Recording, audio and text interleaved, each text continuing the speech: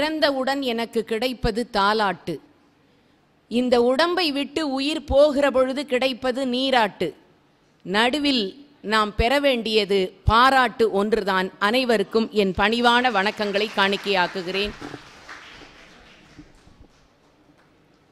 ரிக்ஷாக்காரனில் நடித்த காரணத்தினால் சிறந்த நடிகருக்கான பாரத் என்ற விருது, தான் வாழ்ந்த காலத்தில் செய்த சேவைகளுக்காக இறந்த பிறகு பாரத ரத்னா என்ற விருது என்ற 2 விருதையும் பெற்ற ஒரே நடிகர் நம்முடைய புரட்சி தலைவர் எம்ஜிஆர் ஒருவர்தான். கக்கனை போன்ற உண்மையான தியாகிகளுக்கும் உதவி செய்த காரணத்தினால் கட்சிகளுக்கு அப்பாற்பட்டு எல்லாராலும் பாராட்டப்படுகிற ஒரு அரசியல்வாதி என்று சொன்னால் அது நம் எம்ஜிஆர் மட்டும்தான். அமெரிக்க நடிகர்களை பார்த்தும் இந்தி நடிகர்களை பார்த்தும் காப்பி அடிக்காத ஒரிஜினல் காப்பி எம்ஜிஆர். இன்றைக்கு நான் சாப்பிடுகிற சாப்பாடு அவரால் தான் என்று எத்தனை பேர் இந்த மண்ணில் பேசிக் கொண்டிருக்கிறார்கள்.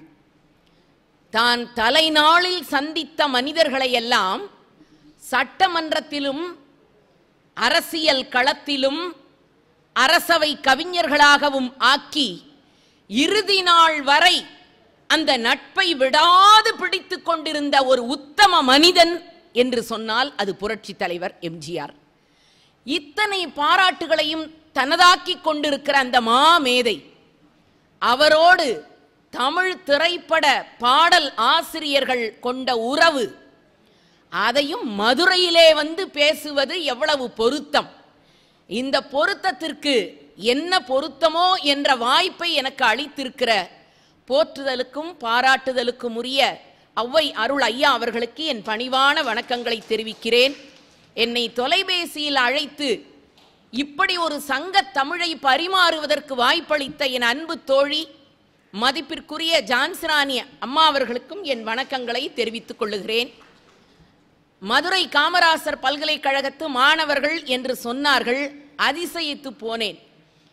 ஏன் என்று சொன்னால் இன்றைக்கெல்லாம் மாணவர் உலகம் எப்படி இருக்கிறது என்று நமக்கு நன்றாக தெரியும். அதிலும் குறிப்பாக ஆய்வு மாணவர்கள் என்றால் எவ்வளவு உயர்வானவர்கள். இன்றைக்கு பல்கலைக்கழக ஆய்வரங்கங்கள் எல்லாம் ஓய்வு அரங்கங்களாக போய்கொண்டிருக்கிற சூழலில் மதுரை உலகத் தமிழ்ச்சங்கம் உண்மையான கருத்தரங்க ஆய்வரங்கத்தை இந்த உணவு நேரத்தில் கூட இவ்வளவு விழிப்புணர்வாக நடத்தி கொண்டிருக்கிறது. உங்களுக்கு என்னுடைய பாராட்டுக்கள். எனக்கும் கொடுக்கப்பட்ட நேரம் மிக குறைவுதான். ஆனால் சினிமாவை பற்றி பேசணும், அதுவும் திரைப்பட தமிழை பற்றி பேச வேண்டும். யாரிலே தொடங்குவது என்று நான் யோசித்த பொழுது யாரில் தொடங்குவேன்? கவியரசு கண்ணதாசன். அவருக்கும் எம்ஜிஆருக்கும் இருந்த நட்பு இன்னைக்கெல்லாம் நாம சொல்றோம். டைட்டில் சாங்னா அதுக்கு ஒரு மியூசிக்கு, அதை தாண்டி தீம் மியூசிக்கு, அதாவது பாட்டு ஒன்று கிடைக்கலங்கிறத புரிஞ்சுக்கிட்டோம். பாட்டு எழுதுறதுக்கு இன்னைக்கு எந்த கவிஞர்களுக்கு திறமை இல்லை. அதனால இசையமைப்பாளர் கையில் கொடுத்து டைட்டில் சாங், தீம் சாங் அப்படின்னு பேர் வச்சு ஆங்கிலத்தில் பேசிக்கிட்டு இருக்கிறாங்க. ஆனால் உண்மையில் டைட்டில் சாங், தீம் மியூசிக் என்று திரை உலகத்தில் அறிமுகப்படுத்தப்பட்டது எம்ஜிஆர் அவர்களுக்காக கவிஞர் கண்ணதாசன் எழுதிய பாட்டு. இன்றைக்கும் பலருடைய செல்பேசியிலே வைக்கப்பட்டிருக்கிற பாட்டு அச்சம் என்பது மடமையடா. இந்த படம் நாடோடி மன்னன், எம்ஜிஆர் அவர்களுடைய தயாரிப்பு, எம்ஜிஆர் அவர்களுடைய அற்புதமான இயக்கத்திலே உருவான படைப்பு. இந்த படம் வெளியாகி அது வெற்றி படமாக உயர்ந்து நின்று இந்திய வரலாற்றிலேயே இன்றைக்கு இருக்கிற நம்முடைய ரயில் நிலையம், மதுரை ரயில் நிலையம் இருக்கிறது அல்லவா, அங்கிருந்து தொடங்கி தமுக்கம் மைதானம் வரை இந்த படத்தினுடைய வெற்றியை கொண்டாடுவதற்காக 4 குதிரைகள் பூட்டப்பட்ட சேரட் வண்டியில் புரட்சி தலைவரை அமர வைத்து 2 பக்கங்களிலும் மக்கள் வெள்ளமாக நின்று அழைத்து வந்த சிறப்பு ஒரு தமிழ் திரைப்படத்திலே நடித்த தலைவனுக்கு கிடைத்தது என்று சொன்னால் அது அந்த பாட்டு மக்கள் மனதில் அவ்வளவு ஆழமாக பதிந்திருந்தது. அத்தனை சிறப்பு பொருந்திய அந்த பாடல். இதெல்லாம் ஒரு பக்கங்க. எம்ஜிஆருக்கும் கவிஞர் கண்ணதாசனுக்கும் இருந்த நட்பு நமக்கு தெரியும்.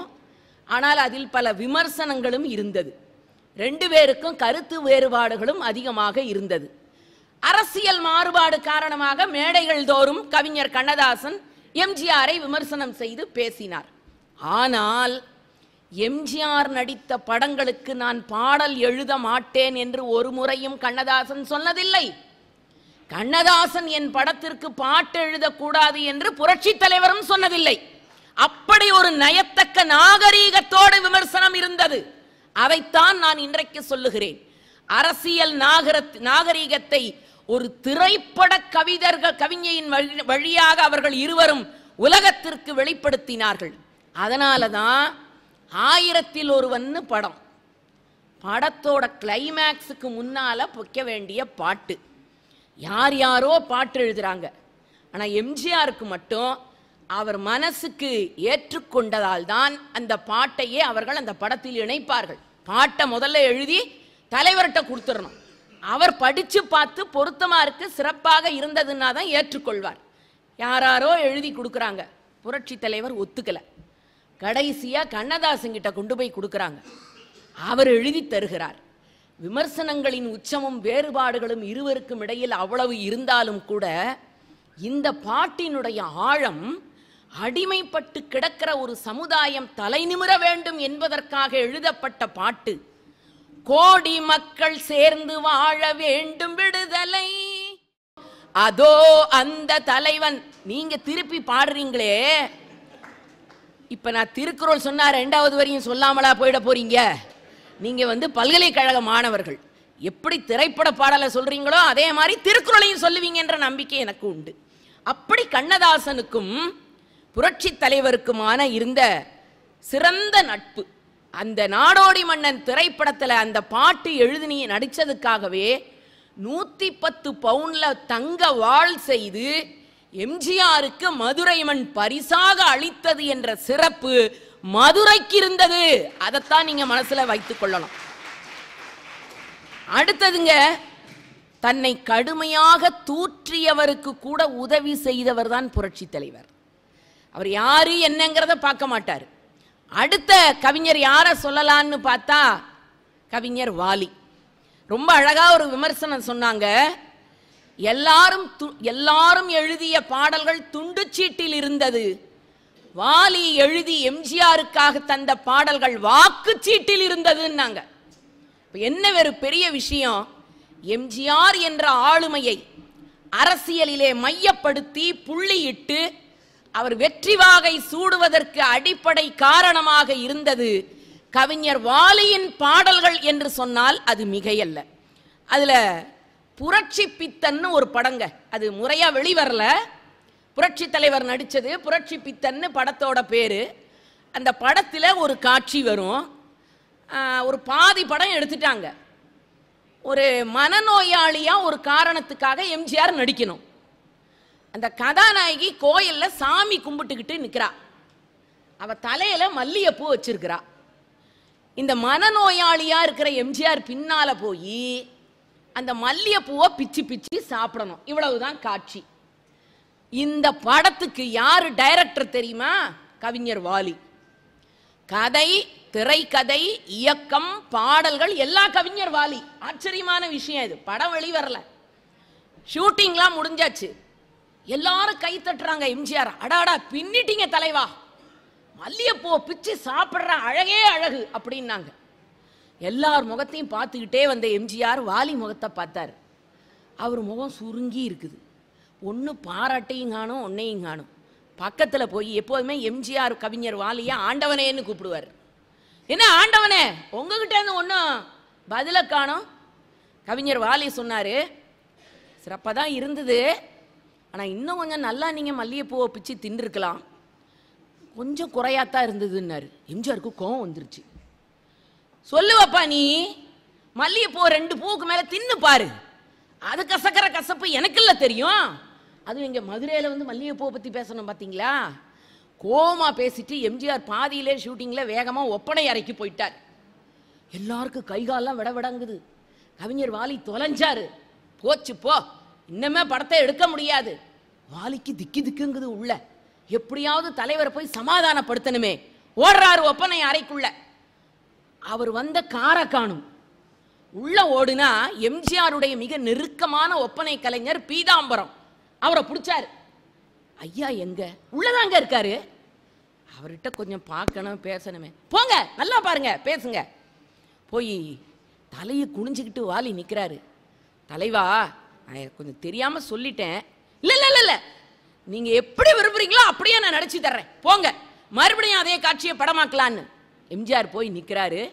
அதே காட்சி அமைப்பு, அதே மாதிரி கதை தலைவி நிற்கிறாங்க. அதே மாதிரி மனநோயாளியா எம்ஜிஆர் போறாரு.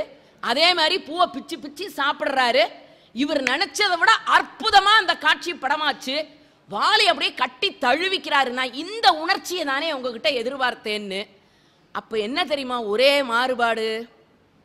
அவ்வளவு நேரம் முன்னால பிச்சு தின்னது மல்லிகைப்பூ, இப்ப பிச்சு தின்னது ரோஜாப்பூ. இந்த காரு காணாம போச்சு பார்த்தீங்களா? எம்ஜிஆர் டக்குன்னு ஒரு ஆளை விட்டு அனுப்பி 2 கிலோ ரோஜா பூவை வாங்கிட்டு வாடான்னு சொல்லி இப்ப ரோஜா பூவை திங்கிறாரு. ஒன்று வைத்துக் கொள்ளுங்கள், ஒரு விஷயத்தில் வெற்றி பெற வேண்டும் என்றால் தன்னையும் இழக்காமல் தன்னை சார்ந்திருக்கிறவரையும் திருப்திப்படுத்தக்கூடிய ஆற்றலும் அறிவும் புரட்சி தலைவர்கிட்ட இருந்தது. அப்படி கவிஞர் வாலிக்கும் புரட்சி தலைவருக்கும் இருந்த அந்த நட்பு, அடே அப்பா, எத்தனை எந்த பாட்டன்னு சொல்றதுங்க. எம்ஜிஆர் என்பதற்கு ஒரு உருவம், இன்னைக்கு சொல்றீங்கல்ல இமேஜ், அந்த இமேஜை கொடுத்தது வாலியின் பாட்டு. ஆண்டவனே உன் பாதங்களில் விளக்கேற்றுகிறேன் என்று 1968 ஒளி விளக்கிலே அவர் எழுதிய பாட்டுதான் 1984 அமெரிக்காவிலே ஏதோ ஒரு மருத்துவமனையிலே அனுமதிக்கப்பட்டிருந்த புரட்சி தலைவரை பாதுகாப்பதற்கு தமிழ்நாட்டின் வீதிகள் தோறும் பாடப்பட்டது என்று சொன்னால் வாலிக்கும் புரட்சி தலைவருக்குமான அந்த மிகச்சிறப்பான நட்பு எத்தனையோ இருக்கலாங்க. நாம எல்லாரும் சொல்லக்கூடிய ஒரு அற்புதமான படம் படகோட்டி. அந்த படகோட்டியில வரக்கூடிய பாட்டு, அதுவும் கட்டிய மனைவி, தொட்டில் பிள்ளை எல்லாவற்றையும் விட்டுவிட்டு ஒரு நாள் போவார் ஒரு நாள் வருவார். படகோட்டிக்காக அவர் எழுதிய அந்த பாட்டு எவ்வளவு பெரிய உச்சத்திலே இருக்கிறது. எத்தனையோ பாடல்களை சொல்லலாம். சரி, இன்னொரு கவிஞர், இவரும் ஒரு மிகச்சிறந்த நான் கவிஞர்களுடைய வரிசை அடிப்படையில் நான் சொல்லவில்லை, ஆனால் இவர்களுக்கெல்லாம் மூத்த ஒரு கவிஞர் யாருன்னு சொன்னா திரையுலகத்தில் உடுமலை நாராயண கவி. மகாகவி பாரதியாருக்கு இணையாக நாட்டுப்பற்றுடைய பாடல்களை எழுதியவர். ஆனால் உலகத்துக்கு தெரியலங்க, கிட்டத்தட்ட 10,000 பாடல்களை உடுமலை நாராயண கவி எழுதியிருக்கிறார். சில பாடல்கள் தான் நமக்கு தெரிந்திருக்கிறது. அவரை இப்ப நாம எம்ஜிஆர் வாத்தியார்னு சொல்லுவோம் இல்லையா? ஆனா எம்ஜிஆர் ஒருத்தர வாத்தியார்னு சொன்னார்னா உடுமலை நாராயண கவிய. அத்தனை சிறப்புங்க அந்த உடுமலையினுடைய பாடல்கள் ஒவ்வொன்றும். அந்த விவசாயின்னு ஒரு படம், அந்த படத்துல 2 கவிஞர்கள் எம்ஜிஆருக்கு பாட்டு எழுதியிருப்பாங்க. ஒன்னே உடுமலை நாராயண கவி, இன்னொன்று மருதகாசி. 2 பேருடைய பாட்டு போட்டி போட்டுக்கிட்டு அந்த உழவு தொழிலினுடைய மேன்மையை எடுத்து வைக்கிற சிறப்பு இருக்குது பாருங்க, சிறப்புங்க. நல்ல நல்ல நிலம் பார்த்து, அந்த பாட்டு எவ்வளவு நீளமா போகும். அந்த அந்த மெட்டுக்கு திரைப்பட பாடல்களில் குட்டி குட்டியா வரிகள் சீர்களை போட்டு எழுதணுங்க. ஆனா நீட்டி முழக்கி நீங்க கர்நாடக சங்கீதத்தை சொல்றீங்களே, அந்த அளவுக்கு நீளமாக தமிழ் திரைப்பட பாடலை எழுதினார். ஏனென்றால் உடுமலை எம்ஜிஆர் மேல் வைத்திருந்த காதல் நீளமானது, அதனால பாட்டு நீளமா எழுதினார். அத்தனை சிறப்பு. அதை தாண்டி மருதகாசி சொல்லவே வேணாங்க. விவசாயி படத்துல ஒரு சூப்பர் டூப்பர் ஹிட் பாட்டு. எம்ஜிஆர் அப்படி அந்த டிராக்டரை ஓட்டிக்கிட்டு வயல்ல போகிற பொழுது எழுதப்பட்ட பாட்டு, அற்புதமான பாட்டு. என்ன வளம் இல்லை இந்த திருநாட்டில். அடுத்தவர் என்ன போட போறாரு? ஒருத்தன் சொன்னா என்னதான் இருந்தாலும் தலைவர் தேச நாட்டு பற்றோடு இருக்கிறவர் பறக்க வேண்டும் எங்கும் ஒரே சின்ன கொடி அது தேசிய கொடின்னு போடுவாருன்னா. ஒருத்தன் சொன்னா என்னதான் இருந்தாலும் கட்சி விசுவாசம் போகாதியா, அதனால பறக்க வேண்டும் எங்கும் ஒரே சின்ன கொடி அது திமுக கொடின்னு போடுவார்னா ஒருத்தன். ஒவ்வொருத்தன் சொன்னா என்னதான் இருந்தாலும் புரட்சி தலைவர் காங்கிரஸ் அடியிலிருந்து வந்தவர், அதனால காங்கிரஸ் கொடின்னு போடுவாருன்னா ஒட்டாரு பாருங்க மருதகாசி. பறக்க வேண்டும் எங்கும் ஒரே சின்ன கொடி அது பஞ்சம் இல்லை என்னும் அன்ன கொடி. அந்த ஒரு பாட்டு மருதகாசிக்கு எத்தனையோ சிறப்புகளை ஏற்படுத்தி தந்தது. இன்னொரு ஒரு கவிஞர் அண்மையிலே தான் நம்மை விட்டு மறைந்தார், நான் நினைக்கிறேன் 2021 என்று புலமை பித்தன் அவர்கள். அவருடைய பாடல்கள் அடே அப்பா, அவரை அரசவை கவிஞராக்கி சிறப்பித்த மகிழ்ச்சி. நான் ஏற்கனவே சொன்னேன், கவிஞர் நம்முடைய தலைவருக்கு ஒரு கவிஞரை ரொம்ப பிடிச்சு போச்சுன்னா உடனே அவரை அரசவை கவிஞராக்கிடுவார். கண்ணதாசனை அப்படி அமைக்கிறதுக்கு முன்னால நடந்த சம்பவம் ஒன்று. இவரும் அவரும் எலியும் புலியுமா இருக்கிறாங்க, திட்டிக்கிட்டே இருக்கிறாரு. ஆனாலும் புரட்சி தலைவருக்கு கண்ணதாசனை அரசவை கவிஞரா ஆக்கணும்னு ஆசை. தொலைபேசியிலே அழைப்பு போகுது. இன்னைக்கு இருக்கிற மாதிரி செல்போன்லாம் கிடையாது, லேண்ட்லைன் மட்டும்தான். புக் பண்ணிட்டு காத்துக்கிட்டு இருக்கணும் அழைப்பு வருமா வருமான்னு. எம்ஜிஆர் கிட்டேருந்து கண்ணதாசனுக்கு ஃபோன் போகுது. அவங்க வீட்டில் யாரோ எடுத்துக்கிட்டு அவர் கோயம்புத்தூர் போயிருக்காருங்கன்னாங்க. உடனே புறப்பட்டு சென்னைக்கு வர சொல்லுங்க கவிஞரா என்ன. புறப்பட்டு போனாரு கவிஞர் கண்ணதாசனும். உட்கார்ந்த உடனே புரட்சி தலைவர் அவர்கிட்ட சொல்றாரு, உங்களை நான் தமிழ்நாட்டின் அரசவை கவிஞராக்க விரும்புகிறேன். இதற்கு உங்களிடத்திலிருந்து நான் எதிர்பார்க்கிற ஒரே சொல் சம்மதம். இதை தவிர வேற எதுவும் சொல்லக்கூடாதுன்னார். நிகழ்ந்துட்டார் கண்ணதாசன், உருகிட்டார். அப்ப சொல்றாரு மேடையில, என்னை அரசவை கவிஞராக்கி இருக்கிறார் புரட்சி தலைவர். நான் இறந்து விட்டால் எனக்கு அரச மரியாதை கிடைக்கும், ஆனால் நான் உயிருடன் இருக்க மாட்டேன். ஆகவே நான் இறந்த பிறகு எனக்காக கிடைக்கக்கூடிய அரச மரியாதைக்காக இப்பொழுதே எம்ஜிஆருக்கு நன்றி தெரிவித்துக் கொள்ளுகிறேன் என்று சொன்னார் கண்ணதாசன். அப்படிப்பட்ட சிறப்பாக அரசவை கவிஞர்களை வைத்து அழகு பார்க்கிற அருமை பண்புக்கு சொந்தக்காரர் புரட்சி தலைவர். ஆகவேதான் புலமை பித்தனை அழைத்தார். குடியிருந்த கோயில், அடிமை பெண், குமரி கோட்டம், உலகம் சுற்றும் வாலிபன், சிரித்து வாழ வேண்டும், அத்தனையும் வெற்றி படங்கள். இன்னைக்கு ஒரு வெற்றி படம் கொடுக்கறதுக்கே தடுமாறுறான். இன்னைக்கு எவன் தான் கவிஞனா மாறுறான்னு தெரியல. நேத்து வரையிலும் பேச தெரியாதவன்லாம் இன்னைக்கு கவிஞருங்கிறான்.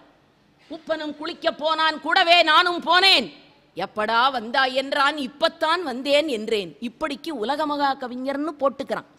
இவர்களுக்கு மத்தியில் தலைவருக்கு கிடைத்த அத்தனை திரைப்பட பாடல் ஆசிரியர்களும் கொள்ளை அழகுங்க. அவங்க எழுதுற ஒவ்வொரு வார்த்தையும் எத்தனை சிறப்பு. எந்த குழந்தையும் நல்ல குழந்தைதான் மண்ணில் பிறக்கையிலே, இன்னும் யார் யாரோ வந்து பாராட்ட, இந்த பச்சை கிளிக்கு ஒரு செவ்வந்தி பூவில் தொட்டிலை கட்டி வைத்தேன் என்ற பாட்டு ஒரு சங்க இலக்கிய சொல்லாட்சிக்கு நிகராக ஒரு தாலாட்டு பாட்டை சினிமா பாட்டா வைக்க முடிஞ்சுதுங்க. எவ்வளவு பெரிய விஷயம். ஏன், பக்கத்திலே தலைவர் இருக்கிறார். அவரை பார்த்து பார்த்து அனுபவித்தவர்கள் அதை அழகு தமிழிலே கொண்டு வந்து சேர்க்க வேண்டும் என்று நினைத்தார்கள். அதனால் அப்படி பாடல் வந்து கிடைத்தது. சிரித்து வாழ வேண்டும், பிறர் சிரிக்க வாழ்ந்திடாதே, உழைத்து வாழ வேண்டும், பிறர் உழைப்பில் வாழ்ந்திடாதே. குழந்தைகளுக்கு தகுந்தார் போல, இளைஞர்களுக்கு தகுந்தார் போல, பெண்களுக்கு தகுந்தார் போல காதல் பாடல்கள். அடே அப்பா, எந்த காதல் பாட்டை சொல்றது? ஒரே ஒரு காதல் பாட்டை இப்ப ரொம்ப தேவையாமான்னு நீங்க கேட்குறீங்க. வேற வழி இல்லை. எம்ஜிஆரை பத்தி பேசும்போது காதல் பாட்டு சொல்லாம நிறைவு செய்யலாமா? அவர் எத்தனை அழகான பாட ஏங்க. அவர் உடம்ப பார்த்து எனக்கு தெரிய திரை உலகத்தில் ஒரு பெண் ஆணை வர்ணிக்கிற மாதிரி நம்ம மரபுல பாட்டே கிடையாது. சங்க இலக்கிய காலம் தொட்டு ஆண்னா பெண்ணை பாராட்டுவான். ஆனா முதல்ல ஒரு பெண் ஆணினுடைய உடல் கட்டழகை வெளிப்படையாக பாடுவது போல கண்ணதாசன் எழுதினார். தேக்கு மரம் உடலை தந்தது.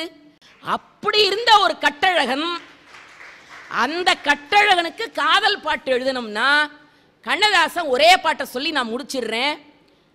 நல்ல காட்டு பாதை. காதல்னாலே சிச்சுவேஷன் சொன்னாதான் புரியும். எடுத்தெடுப்பில் இப்போ நான் தத்துவ பாட்டு பாடின மாதிரி சொன்னால் காதல் பாட்டு போய் சேராது. அது என்ன பாட்டு நீங்களே புரிஞ்சுக்கங்க. இரவு 12 மணி, அமாவாசை மாதிரி இருட்டு, காட்டு பாதை, ஒரே ஒரு பொண்ணு உடம்பு முழுக்க நகையை போட்டுக்கிட்டு தனியாக ஒரு மாட்டு வண்டியில் போகிறா, போய்கிட்டே இருக்கிறா.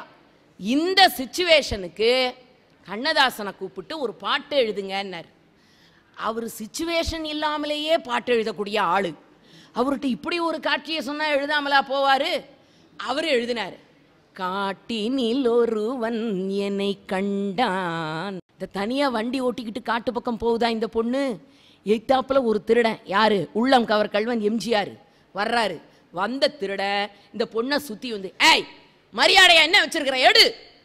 உடனே அந்த பொண்ணு கையை பசஞ்சுக்கிட்டு, சத்தியமா என்கிட்ட எதுவும் இல்லை. எதுவும் இல்லையா, சரி போ அப்படின்னு விட்டுருவார் எம்ஜிஆர். மற்ற திருடனா இருந்தா என்ன பண்ணுவான்னு நம்ம சொல்லவே வேண்டாம். ஆனா எம்ஜிஆர் அதுக்கு மேல தாண்டவே மாட்டார். உன்கிட்ட ஒண்ணு இல்லையா போன்னு விட்டுட்டார்.